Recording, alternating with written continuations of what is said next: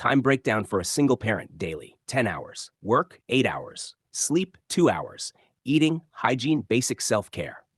Total used 20 hours, remaining 4 hours. Now the question, is 4 hours a day enough to properly raise a child?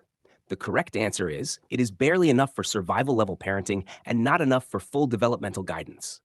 I'll explain plainly and then show what gets lost.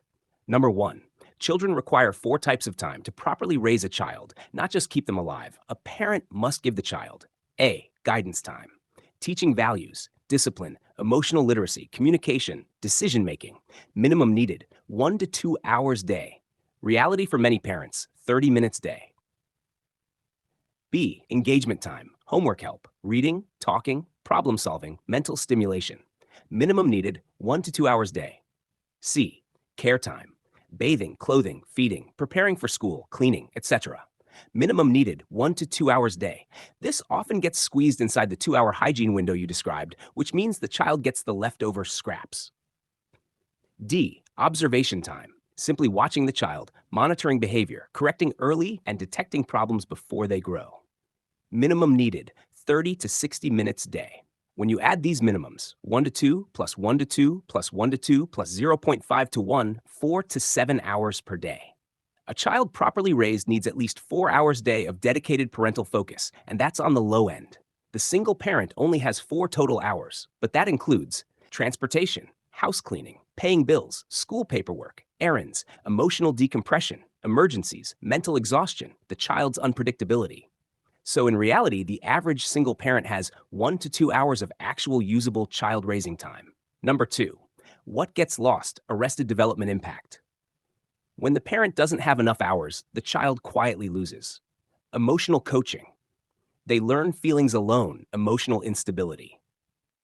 Behavioral shaping corrective guidance is inconsistent, discipline issues.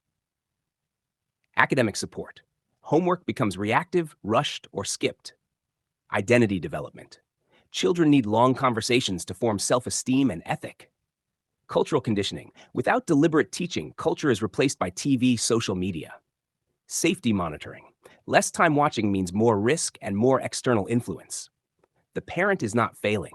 The time constraints create developmental deficits. Number 3, the problem isn't the parent, it's the math. A child requires consistent, predictable, slow parental time. Time cannot be compressed.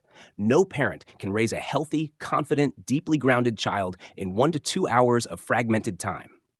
This is why children raised by exhausted single parents often have arrested development, emotional maturity gaps, behavioral gaps, academic struggles, unmet guidance needs, attachment issues, early adulthood confusion, poor self-regulation, misaligned value systems, lack of identity stability. Again, this is not about blame. The system itself creates the deficiency. Number 4, so is the remaining time enough? Short answer, no. It is enough to keep a child alive, but not enough to fully raise, guide, shape, and develop them.